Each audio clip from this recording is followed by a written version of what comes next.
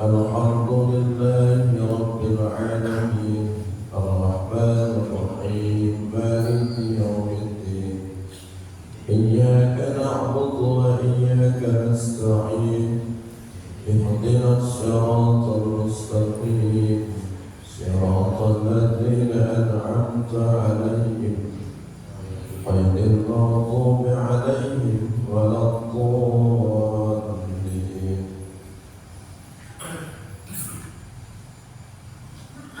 وصلتي إلى أربعة الخلفاء الراشدين سيدنا أبي بكر الصديق سيدنا عمر بن الخطاب سيدنا عثمان بن عفان سيدنا علي بن أبي طالب وبركة علمنا وبركة العلماء اتكال أهل السنة والجماعة الإمام حسن علي الأشعري الإمام المنصور محمد المطالبي وصيلة العلماء المجتهدين وصيلة سلطان الأولياء شيخ عبد القادر الجيلاني إلى العلماء اتكال إلى الإمام محمد بن محمد الغزالي إلى الشيخ أبو القاسم الجليلي البغدادي تابعين الصديقين والشهداء والصالحين وصيلة أم القرآن الفاتحة.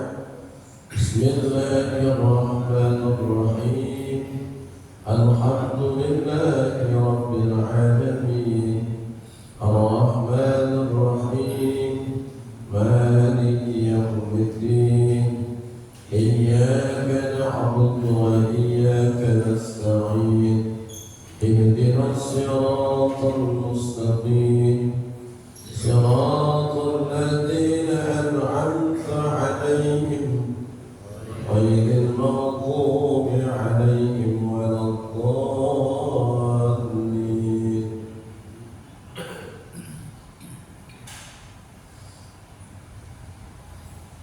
ثم إلى أرواح آبائنا وأمهاتنا وإلى أرواح المسلمين والمسلمات والمؤمنين والمؤمنات والمعلم والمعلمة شيء لله وله الفاتحة.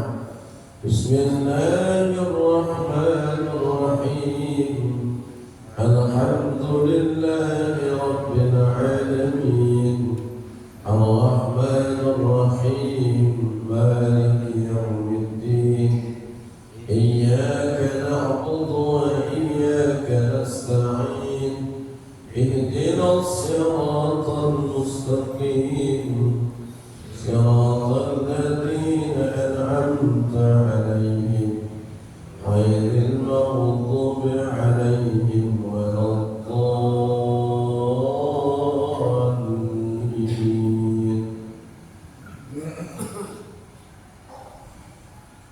وصلتي إلى هذه البركة المجالس إلى الملائكة المقربين وجبريل وميكال وإسرافيل وإجرائيل والملائكة في القبور والسماوات والأرض وما بينهما وصلتي القرآن الفاتحة. بسم الله الرحمن الرحيم الحمد لله رب العالمين الرحمن الرحيم مالك يوم الدين إياك نعبد وإياك نستعين اهدنا الصراط المستقيم صراط الذين أنعمت عليهم غير المغضوب عليهم ولا الضالين.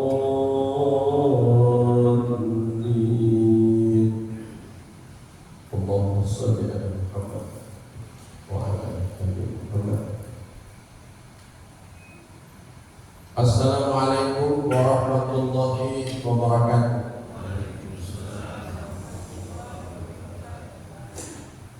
Alhamdulillah wa syukurillah hamdan na'imin ala rasulillah. Allahumma salli ala Sayyidina Muhammad wa ala ali Muhammad. Hari ini kalender kita berada di Desember. Ini kalender Masehi, bulan terakhir, bulan Desember 2023. Desember ini diambil dari kata Disantrio yang merupakan Raja Romawi yang ke-9. Kalender Islam kita berada di Jumadil Awal 1445 Hijriah, menanti rangkaian 95 hari sebelum memasuki rangkaian bulan suci Ramadan. Mudah-mudahan pertemuan kita ini mendapat rahmat dan ridha dari Allah Subhanahu wa taala. Amin. Ya Rabbal jemaah yang dimuliakan Allah, kalimat yang indah adalah asyhadu an la ilaha illallah wa asyhadu anna Muhammadur Rasulullah. Kalimat ini diindahkan, dipendekkan lagi dengan nama la ilaha illallah Muhammadur Rasulullah. Artinya manusia itu bersaksi tiada Tuhan selain Allah. Dia bilang seperti itu. Lalu dia meyakini bahwa Nabi Muhammad itu utusan Allah. Kalau dia meyakini itu, maka timbullah perhatian sunnah kepada Nabi. Makanya sebenarnya ahlus sunnah itu adalah Rasulullah Sallallahu Alaihi Wasallam. Pintu gate 7 terbuka.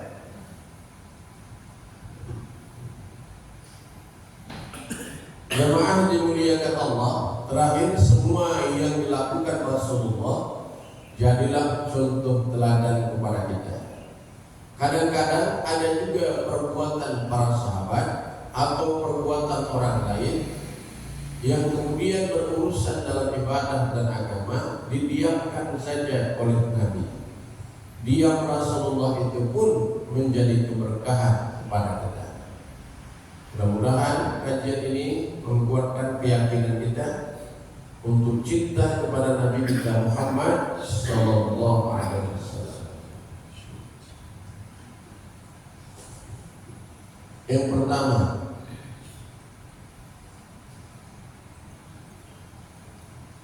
di antara istri-istri Nabi itu tidak semuanya memiliki kecerdasan yang tinggi. Yang kecerdasan itu datang dari tentu saja anak-anak para khalifah.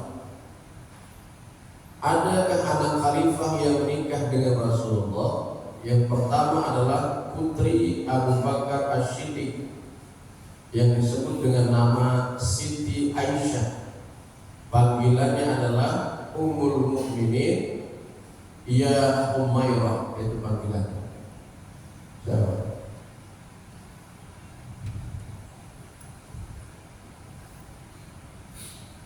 Dia memiliki kecerdasan yang tinggi. Cemburunya saja berubah menjadi perbuatan yang dilihatnya menjadi hadis Rasulullah. Bahkan banyak di antara kita yang mengambil dasar riwayat pelaksanaan tarawih dan witir 8-11 itu adalah diangkat dari Siti Aisyah radhiyallahu anha. Siapa putri khalifah yang berikutnya? Disebut dengan nama Hafsah binti Umar bin Khattab. Ini adalah putri khalifah. Hafsah ini termasuk salah satu periwayat hadis yang kalau misalkan orang sembahyang 20 rakaat 3 witir itu dilangsungkan dari Hafsah dan dibenarkan oleh Khalifah Umar bin Khattab. Jemaah yang dimuliakan Allah, ada satu istri Nabi, perempuan ini, mohon maaf sekali, suaminya meninggal ketika perang Uhud dan dia punya anak 10 orang. Bayangkan itu, 10 anak. Dinikahi oleh Rasulullah untuk menjaga keislaman anak-anaknya. Karena takut ketika itu orang-orang Islam dengan orang kafir Quraisy ini Ketika itu mohon maaf sekali, penguasa ekonomi mereka semua belum merata Islam. Jadi takut ketika itu, maka orang-orang itu menikahi mereka. Termasuklah Rasulullah menikahi sahabatnya yang meninggal di perang Uhud, menikahi istrinya 10 orang anaknya. Bapak pun satu menu. Rasulullah ditawarkan sama bapak tolak semua mereka. Rasulullah menikahi. Ternyata mungkin karena dia cara menghitung ibadahnya tidak sama seperti Aisyah, maka ketika itu pas Rasulullah berada sama dia menghitung zikir dengan biji kurma. Subhanallah, Subhanallah, Subhanallah, pakai biji kurma yang kering dia itu. Karena Rasulullah melihatnya, Rasulullah tidak membantahnya sedikit pun. Ketika itu anjuran orang bertasbih menggunakan ruas jari, supaya nanti ruas jarinya ini jadi saksi kepada Allah. Itu maka ada ruas jari. Ini yang sering dipakai nanti. Sambil duduk pun orang bisa berpikir, menghitung dia. Lalu jamaah dimuliakan Allah, perempuan ini mungkin agak bingung menghitungnya istiadat. Dia langsungkan dengan biji kurma yang kering, macam biji saus. Subhanallah, Subhanallah, Subhanallah. Didiamkan Nabi. Perbuatan diam ini disebut dengan nama hamiyah. Akhirnya kajian ini karena didiamkan Nabi, kan bukan Nabi yang melakukannya, cuma Nabi yang menganjurkannya. Lalu dilakukan oleh istrinya ini, timbullah alat hitung pada kajian tasbih. Itulah dikiaskan ulama. Ada yang berbentuk seperti tasbih, ada yang kadang modelnya alat hitung. Ada sebagian orang nanti kalau misalkan meninggal dunia, biasa kalau tempat kami orang Melayu biasa dibuat. Maka nanti dibawalah batu-batu putih dia sebanyak 300 biji batunya, lalu diseratkanlah pada malam 7 malam itu. Walaupun kajian ini diambil dari ulama, jumlah batu yang dihitung adalah 300 kali, mengambil sumber dari Rasulullah. Siapa nanti yang membaca Qul huwallahu ahad al-Ikhlas 300 kali, lalu dia hadiahkan untuk orang yang meninggal dunia, maka orang yang di dalam kubur tadi dapat terang benderang, jinsetnya tak mati-mati. Itulah buat namanya doa dan harap. Itu namanya amin. Rasulullah Sallallahu Alaihi Wasallam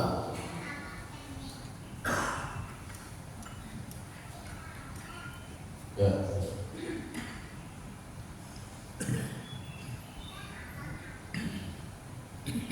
Terima kasih.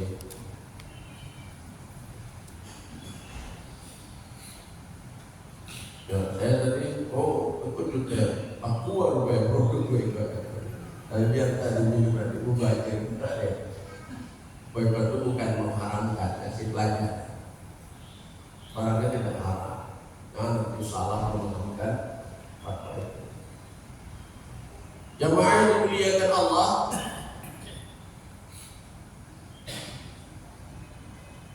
ada Rasulullah berjalan bersama Zaid bin Sabit. Zaid bin Sabit ini Bapak Ibu tahu adalah orang yang suaranya merdu kalau baca Quran. Jadi kata orang-orang kiraan, murid-murid itu Quran, itu pembuat tajwid kan Al-Imam Hasan Al-Quraidi. Tapi kalau istilahnya ke atas, Zaid bin Sabit. Jemaah dimuliakan Allah, pokoknya merdu Zaid bin Sabit. Berjalan bersama Rasulullah, tiba-tiba ada sekelompok dekat itu. Mereka berzikir la ilaha illallah, kuat zikirnya. La ilaha illallah, la ilaha illallah, kuat terdengar. Lalu tujuan ya Rasulullah, tengok itu terlalu kuat mereka. Ini kan perbuatan orang. Lalu oleh Rasulullah diamkan saja, biarlah mungkin menambah semangatnya untuk mengusap kepada Allah. Nah itulah maka boleh kalau berzikir kuat-kuat, pelan-pelan, terserah. Bukan buat zikir akbar. Kadang-kadang diwirid la ilaha illallah, la ilaha illallah. Cuman kadang tarian giginya nggak pas kadang. Pertama bisa bagus, ujung nanti kalau udah kecepatan banyak potong dia. Pertama bagus cantik tarian sedang kan la ilaha illallah pas, la ilaha illallah pas. Tiba-tiba sudah 20 kali mulai naik tarian giginya ini kencang. Ada 2 orang yang mancing itu biasanya. Loh itu mulai naik baik cepat la ilaha illallah, la ilaha illallah. Rupanya makin cepat namanya dipancing lagi sama yang satu lagi. Wow, udah ujungnya saking cepatnya. Itu mah orang asma ya udah. Rupanya dengan belakangnya tidak ada huruf ta di dalamnya. La ilaha illallah. Kalimatnya indah, itu namanya hamiyah. Perbuatan yang dilakukan Rasulullah dilakukan orang lain bersumber dari Nabi, tapi didiamkan Rasulullah. Jemaah dimuliakan Allah. Yang berikutnya namanya fi'liyah. Fi'l itu artinya kauliyah. Kauliyah ini artinya kauli perkataan Nabi. Ini perkataan Nabi ini bisa jadi gambaran benar perbuatan itu. Nabi itu bersifat sidik, maka dia mustahil bersifat kadzab. Dia itu benar, mustahil berdusta. Walaupun memang ada sejarah yang mengatakan pernah Nabi melakukan kebohongan, tapi kebohongan Nabi bukan bersumber ibadah macam kita. Itu penyelamatan. Orang Yahudi berkelahi membawa pedang. Orang Yahudi yang berantem berdua berkelahi membawa pedang gara-gara perebutan kuda. Tiba-tiba yang satu kalah dikejar-kejar oleh yang satu tadi. Tiba-tiba dia bersembunyi di pohon dan Rasulullah tahu bahwa dia bersembunyi di situ. Orang-orang Yahudi kafir musyrik ketika itu tahu kalau Muhammad ini orang jujur, dia gak pernah. Tiba-tiba yang satu bertanya, ya Muhammad, ada kau melihat pola? Karena Nabi melihat tangannya berlumur darah dan mempedang. Nabi berkata, tidak, aku tidak melihat. Orang Yahudi ini percaya dia karena Muhammad orang jujur. Rasulullah berpedalah kalau nggak tinggi dia. Lalu dia kenapa tidak kata Rasulullah itu berurusan dengan dihormati? Karena ini beda dia isinya. Nah, itu seperti itu. Di masa Nabi Sulaiman itu mohon maaf sekali, Nabi Sulaiman pernah menjadi hakim dan memenangkan seorang perempuan yang berbohong yang dimenangkan oleh Sulaiman.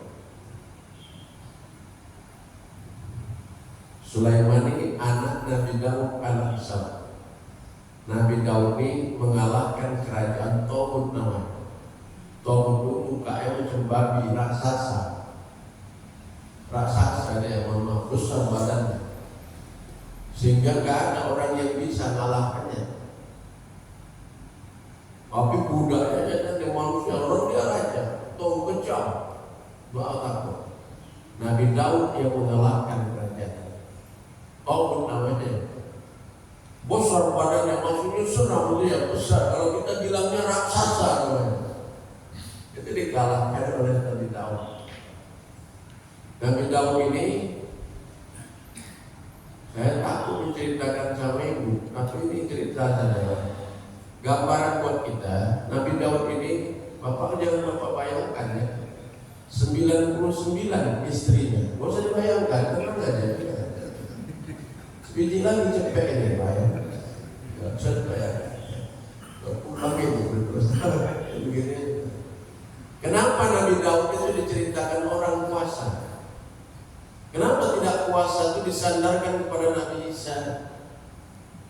Nabi Ali Imran, Nabi Yahya, kenapa tidak dibilang? Kenapa yang diceritakan Nabi kuasa yang hebat itu kuasa Nabi Daud kan? Kenapa tidak Nabi Isa dibilang? Nabi Yahya kenapa dibilang Nabi Daud? Karena Nabi Daud 1 hari puasa, 1 hari berbuka, 1 hari puasa, 1 hari berbuka. Istrinya 99. Bisa 1 hari puasa, 1 hari berbuka. Apakah ada 1 upaya puasa? Itu gambarannya sandarkan Nabi sama dia, meredam nafsunya tadi. Lalu Nabi Daud ini meninggal, anaknya mewariskan kenabian. Putra 14 tahun, orang terkaya dalam sejarah, Nabi Sulaiman alaihissalam. Yahudi bilang namanya Solomon, kalau dia namanya Salatin. Istananya di mana Ustaz? Di Bait Al-Maqdis di Palestina, Yerusalem. Datang pula Ustaz TikTok baru, macam-macam ya. Dibilangnya bahwa Nabi Sulaiman ini pernah tinggal di Yogyakarta, namanya Sleman. Karena singgah dia di situ, itulah dibuat nama kota tadi Sleman, karena pernah disinggahi oleh Sulaiman. Parkir kendaraannya, yang tidak saja, itu namanya cocokologi. Cocok-cocok jadi aja nggak boleh. Haram itu yang kayak gitu, karena orang awam itu tampungnya aja, cocok dirasanya campurnya aja. Istana Ratu Balkis itu di Yaman. Jadi ceritanya itu di sana dia, Palestina ceritanya di Yaman. Yaman itu kan berbatasan dia Yaman, Palestina, Saudi, itu berkeliling-keliling dia negaranya. Negaranya lebih besar Indonesia ini. Digabungkan semua orang Arab itu, Saudi Arabia gabungkan semuanya. Sama kita besar Indonesia lagi. Satu pulau Sumatera ya orang itu. Besar lagu Sumatera itu digabung semua Arab tadi, digabung semuanya. Besar kita lagi. Kita ini pun termasuk negara besar dan negara kaya dia. Orang itu minyaknya cuma di bawah Pak, sedot di bawah bumi, baru keluar minyaknya. Kita digantung di atas mana? Minyak sawit. Cuma itu kenapa yang kita dapatkannya? Minyak lampu lumayan. Penghasil minyak sawit terbesar nomor 2 di dunia, Indonesia. Ya, ngerinya orang dengarnya. Penghasil minyak sawit terbesar nomor 2 di dunia, Indonesia. Dari sini semuanya terkenal. Dan kita merupakan penghasil ikan tuna nomor 3 terbesar di dunia. Luar biasa. Cuma yang sering awak makan cuma ikan teri, nama ikan selayar. Ikan hiu tidak ditangkap orang itu, dijadikan daging luar biasa. Nah, begitulah kira-kira inilah hasilnya. Doa-doa aja mudah-mudahan nanti dipilih yang baik-baik. Amin. Usah tertekan lain tumbuh-tumbuhannya, tapi jadi masalah. Jemaah yang dimuliakan Allah, gambaran. Rupanya ada seorang perempuan di cerita Sulaiman. Misalkan Sulaiman ini nggak pernah mau kalah sama bapaknya. Bapaknya istrinya 99, Sulaiman 600. Yesus bapak semua dia makan udah. Karena Nabi terkaya seluruh dunia. Ketika itu orang berlindung sama dia, berlindung mereka ini, perempuan-perempuan ini berlindung sama dia, mencari suaka. Hilang ngantuk berat. Tiba-tiba ada seorang perempuan, 2 perempuan ngadu bertengkar dua-dua, bahwasanya memperebutkan seorang bayi. Hakim yang di bawah nggak sanggup lagi, dibawalah kepada hakim Mahkamah Konstitusi. Sulaiman yang bertanya, dan Pak Sulaiman dibawa kepada hakim tertinggi Nabi Sulaiman. Apa masalahmu, kata hakim? Ini perempuan ini memperebutkan satu bayi. Aku bingung menentukan mana ibu kandungnya yang masuk. Asal dipegang ke sana, diam anak ini. Dipegang kemari, diam. Ini anakku, yang ini anakku. Lalu mereka melakukan argumen dua-dua. Argumen yang kuat dua-dua. Lalu Sulaiman mohon munajat kepada Allah. Dia mana yang betul? Akhirnya kata Sulaiman, ini aja.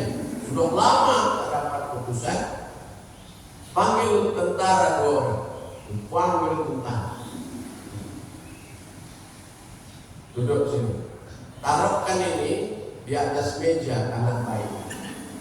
Ambilkan pedangmu, kata Sulaiman. Tiba-tiba perempuan yang satu ketakutan dia. Asal pedangmu, mari sini. Dibuka Sulaiman pedang. Hakim mulai bingung, hakim yang satu ini. Bingung deh, kenapa membawa pedang mulai? Biasa keputusan pakai palu, bawa pedang. Maksudnya biar ditebak hakimnya.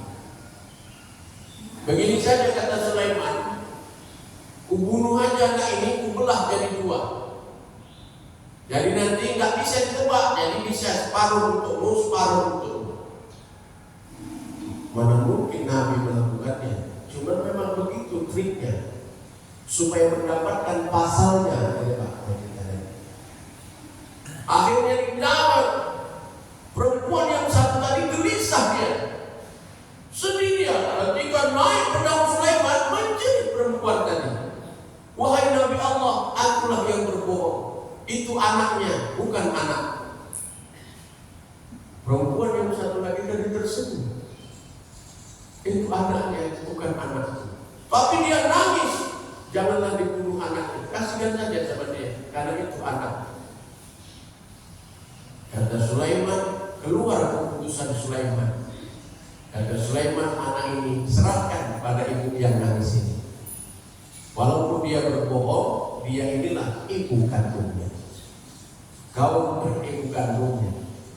Karena ketika anak ini mau membunuh, dia sudah menangis. Inilah tanda kalau dia adalah ibu kandung. Perempuan tadi berbohong kan, tapi dimenangkan oleh Sulaiman.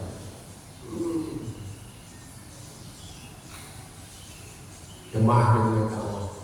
Kuasailah dia ikut hakim Mahkamah Konstitusi itu. Kalau berbohong dimenangkan. Dosa Papua mana? Ada produk Papua ini. Namanya Kauliah Nabi, perkataan Nabi. Balik cerita lagi kita.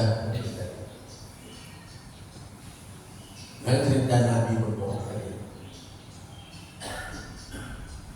Bisa rebus berapa semua. Jemaah yang dimuliakan Allah. Apa kata Nabi? Ini kan hari ini kita nonton di Palestina. Palestina ini sedang perang dengan Israel. Hubbul watan, cinta tanah air, memperebutkan tanah. Dalam ending ceritanya kata Rasulullah tadi bersifat sidik benar, mustahil kadzab pendusta. Dan sifat Nabi yang berikutnya tabligh, penyampai. Tidak akan dia simpan sedikit. Jamaah dimuliakan Allah, kata Nabi, nanti Bait Al-Maqdis itu ujung-ujungnya akan merdeka. Palestina itu menang. Dan Israel itu akan hilang dengan sendirinya. Sampai ngerinya dahsyatnya nanti. Apabila orang Yahudi ini berondok di balik batu, batunya bicara. Hei orang Islam, sini bawa parahku. Ini orang Yahudi tempat saja. Sampai begitu. Dan nanti negerinya akan subur selama 9 tahun. Lalu nanti kalau dia menang subur negerinya, maka arti ceritanya sudah begitu. Saya kasih contoh, bapak dulu waktu muda kalau nonton film India, anak mudanya siapa?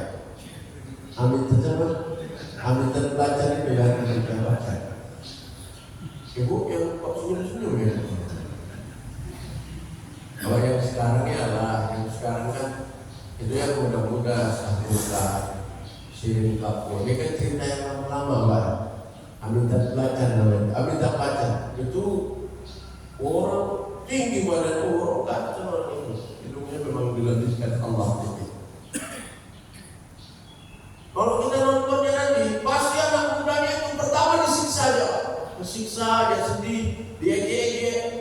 Lama-lama nanti ending ceritanya anak mudanya benar. Sama macam nonton dulu Roma Irama. Roma Irama ini waktu orang dia aja, dihina, ditumbuk, dipenjara, tiba-tiba ujungnya namanya anak muda, dia pasti menang. Cuman biasanya kalau anak mudanya sudah menang, berarti pilihnya mau habis. Tanda itu. Maka nanti kalau Bait Al-Maqdisnya merdeka, berarti buminya sudah mau tutup. Semuanya diceritakan di sana. Dia tidak akan dihancurkan Allah. Kenapa? Orang ceritanya di sana kata Nabi, nanti Dajjal itu ke sana, lalu dibunuh di samping kiri Masjidil Aqsa. Berarti kan nggak bisa rusak Masjidil Aqsa. Orang ceritanya ada dia. Siapa yang mengatakan ini? Rasulullah. Karena Rasulullah diyakini cakapnya, makanya ini ditunggu siapakah pemenangnya. Ya udah jelas yang menang nanti. Kapan menangnya? Wallahu a'lamu bishawab. Karena saya bukan panitia untuk perang. Doa-doa kan. Bapak mau ikut ke sana, aku nggak ikut, nggak bisa Pak. Orang endingnya menang dia. Itu istilahnya begini. Belum lagi dia udah tahu dia pemenang dia. Itulah ketika kita nonton nanti sedih kali kita kan. Anak mudanya ditumbuhi lah, disiksa. Tapi ujung-ujungnya nanti benar dia. Harus senang. Begitulah gampang. Karena yang ngomong Rasulullah bersifat sidik, tidak berdusta dalam urusan ini, maka kita berwajib percaya. Ya, itu disebut dengan nama qauliyah, perkataan Nabi. Yang kedua, belum dilihat perkataan Nabi. Kata Rasulullah, takutkah kami gara-gara Aisyah? Aisyah lari-lari mengejar Nabi. Kemana Rasulullah keluar malam-malam? Pak, kalau istri bapak kejar bapak mana keluar malam? Kira-kira mana nongkrong paling kedai kopi? Rasulullah rupanya ditengok Aisyah. Karena cemburu Aisyah, keluar dia. Pikirnya mau ke rumah istrinya lain, dia keluar lalu mengikuti Nabi. Tapi Nabi berhenti dan tertangis di sebuah kubur sahabatnya yang meninggal dalam perang Uhud. Inilah keluar hadis dari Aisyah bahwasanya ziarah kubur Rasulullah pun berdoa dan menangis di atas kubur. Besok paginya ditanya sama Utsman bin Affan, ya Rasulullah, kadang kau sering menangis, kata Aisyah, dekat kubur. Benar. Kata Nabi, karena siapa yang aman kuburnya, maka amanlah lintasan berikutnya. Berarti ada fitnah kubur Ustaz? Ada malaikat yang ada, bukan mungkin.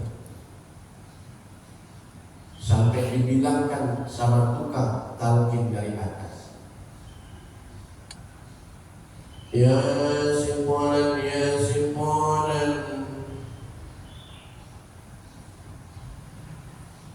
la khaufun ilal malakin su'ali mukani wa nakir. Simpolan, nanti jangan kau takut ada dua malaikat datang kepadamu, bukan nakir, bawa soal.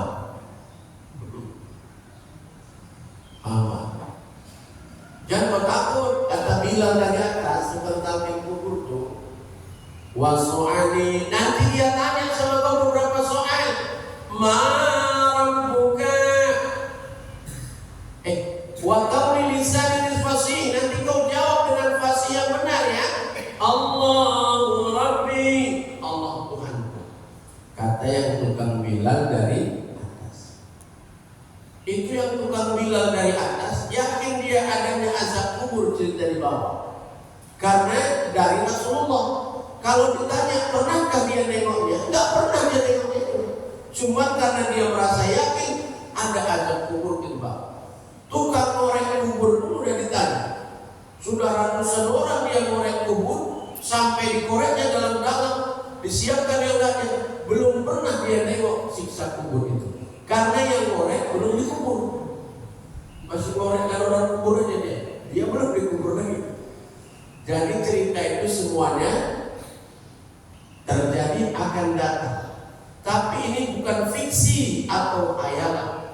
Ini adalah perkataan Nabi. Nabi yang berkata, itulah disebut dengan nama kauliyah. Sesuatu yang tidak mungkin pun kalau Nabi yang berbicara, tingkat kita harus benar-benar yakin, oh betullah peristiwa ini. Betullah kita burungnya. Betullah kubur. Tapi kalau Bapak yang sudah selesai teknik, kita harus yakin, misalkan subuh ini sudah dapat qobliyah subuh berjamaah, dapat lagi Isra, kita nawaitul i'tikaf fi hadhil masjid, i'tikaf di masjid ta'lim sampai naik matahari. Asalkan sampai nanti siang waktu berikutnya tidak ada dosa maksiat yang dilakukan. Kalau meninggal Bapak nanti dalam perjalanan 10 jam setelah jam sampai nanti sanksi pun nggak usah lagi, pikiran buruk pun tak usah lagi, sudah dijamin Allah lewat lintas kubur. Kalau nggak percaya mati aja saya, biar cepat selesai. Tapi kalau nanti sama seperti orang malam, selesai dia isya berjemaah, dia tuh nggak usah saksi lagi di malamnya. Tapi malam waktu tidak tahajud, yang penting dia tidak maksiat.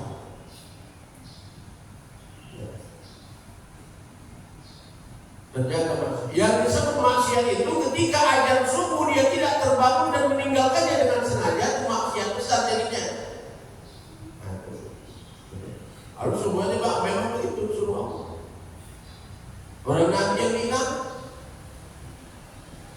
hadis ini mutawatir. Mutawatir itu bahasa kita namanya masyhur, bahasa orang sekarang itu viral. Hadisnya sahih tingkatnya mutawatir. Mutawatir itu masyhur, terkenal, viral kalau sekarang. Kenapa? Karena Rasulullah berbicara di hadapan para sahabat yang banyak, itu menyebab mutawatir tadi dikenal. Ada air yang sangat sejuk kata Nabi. Ya Rasulullah, iya. Orang ini kan kebayang, orang Arab tadi bayang air. Kemudian dia mandi seperti mandinya Ali. Kolam yang jernih, bersih airnya, mandi seperti mandinya Ali. Kenapa mandi Ali ditunjuk? Karena Ali itu kalau sudah siap mandi, mereka tuh dulu belum ada minyak wangi, parfumnya belum ada, kayu zaitunnya dia. Maka rumput dipakaikan Fatimah dekat sininya rambutnya, rumput Fatimah namanya. Tapi dijual tukang jamu dekat simpang rumput Fatimah, tahu dia Fatimah dulu pakai rumput itu ya. Tumbuh-tumbuhan zaitun, kayu minyak wanginya, Kalau Ali sudah mati, maka para sahabat mau aja dekat satu wangi dan bersihnya mana. Sehingga mereka kalau mandinya seperti Ali gimana? Ini seperti Ali bin Abi Thalib Pak ya, bukan Ali tukang durian itu tak mandi dia. Ali ini kemana pemandinya bersih? Lah sahabat semua bilang, wah kalau macam Ali bersih Rasulullah. Lalu orang ini mandi 5 kali sehari dengan air yang bersih dan jernih tadi. Kira-kira kemana orang ini bersih ya Rasulullah? Begitulah kalian sembahyang 5 waktu itu kata Nabi. Setiap kali sembahyang itu kalian bersihkan Setiap supaya kalian bersihkan, maka senantiasa kalian itu bersih saja setiap waktu. Gitu ya. Enggak usah saksi. Orang Rasulullah yang bilang. Nah, sifat Nabi itu tiga percaya yang benar. Aulia.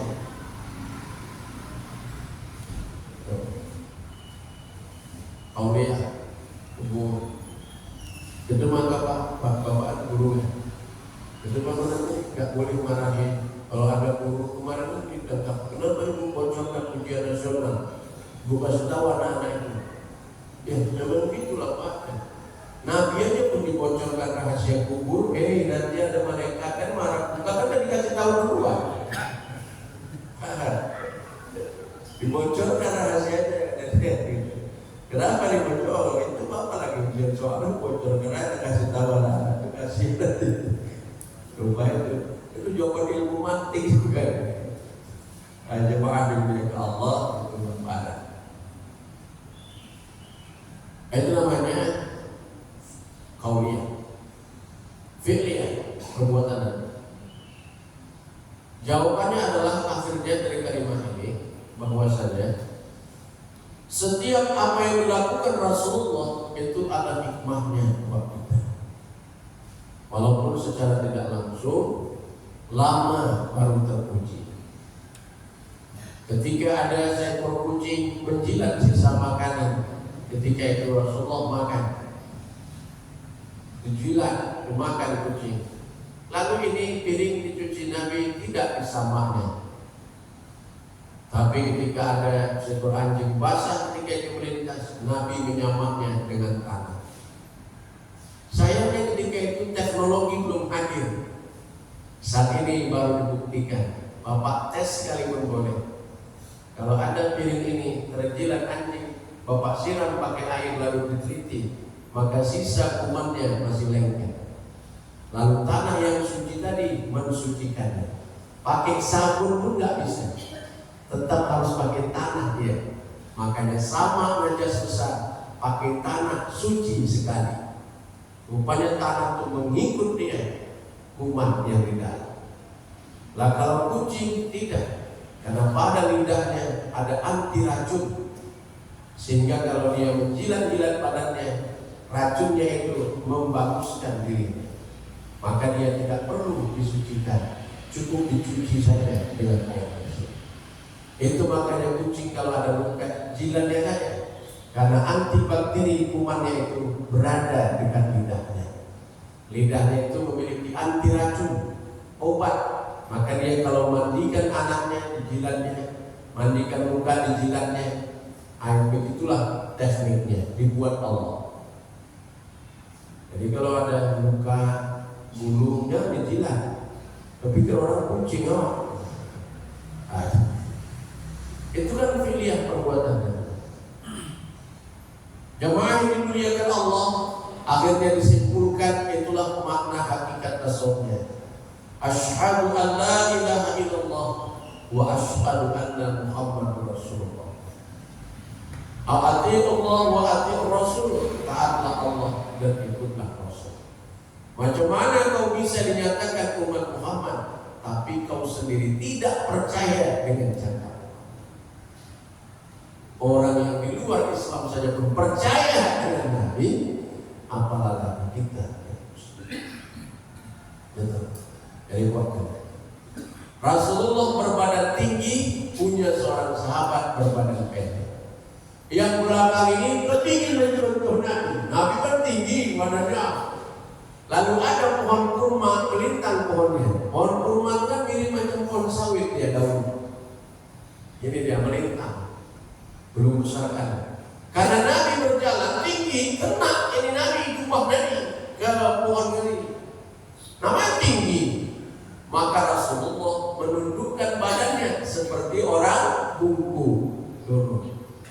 Yang belakang tadi si pendeknya lewat di kepalanya. Tapi karena mau ngikut Nabi, dia gaya, dia bungkuk juga supaya bisa lewat. Nabi pun heran. Pendek. Padahal dia lewat saja udah. Tapi karena mau ikut Nabi, tunduk. asal dia lewat situ teringat dia lewat bor tadi. Gak ada pun Nabi asal lewat. Nabi dulu pernah tunduk.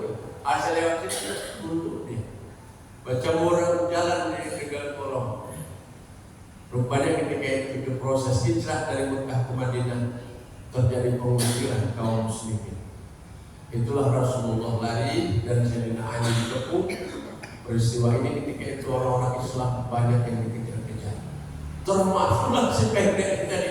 Diuber-uber beberapa orang yang dikejar mereka. Lari dia lari. Tiba-tiba berhenti lari itu kancangnya berhenti. Ditengok di pohon kurma lagi rupanya. Karena dia dulu pernah ingat tuh dalam lari pun teringat. Nabi tunduk lalu dia jalan rukuk di bawah. 6 anak panah lewat di atas kepalanya.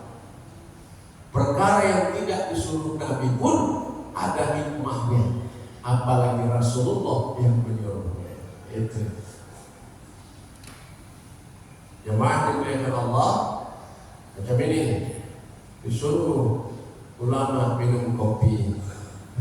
Itu Mbak Mayu begitu. Kayak Jawa. Jemaah dimuliakan Allah. Mudah-mudahan Allah memberikan rahmat dan berkah kepada kita. Amin. Ya Rabbal Alamin. Allahumma shalli ala Sayyidina Muhammad wa ala alihi. Doa kita ke Allah Subhanahu wa taala. A'udzu billahi minasy syaithanir rajim. Bismillahirrahmanirrahim. Allahumma anzil rahmatan wal maghfiratan was salamati wal afiyah wal barakati wal hidayah wa taqabbal minna du'ana ya mujibas sa'ilin.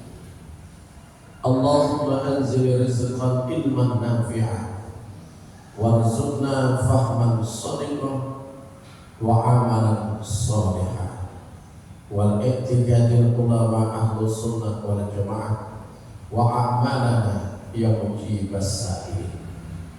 Rabbana atina fid dunya hasanah wa fil akhirati hasanah wa qina adzabannar walhamdulillahi rabbil alamin. Allahumma shalli ala sayyidina wa maulana Muhammad. Taqabbalallahu minkum.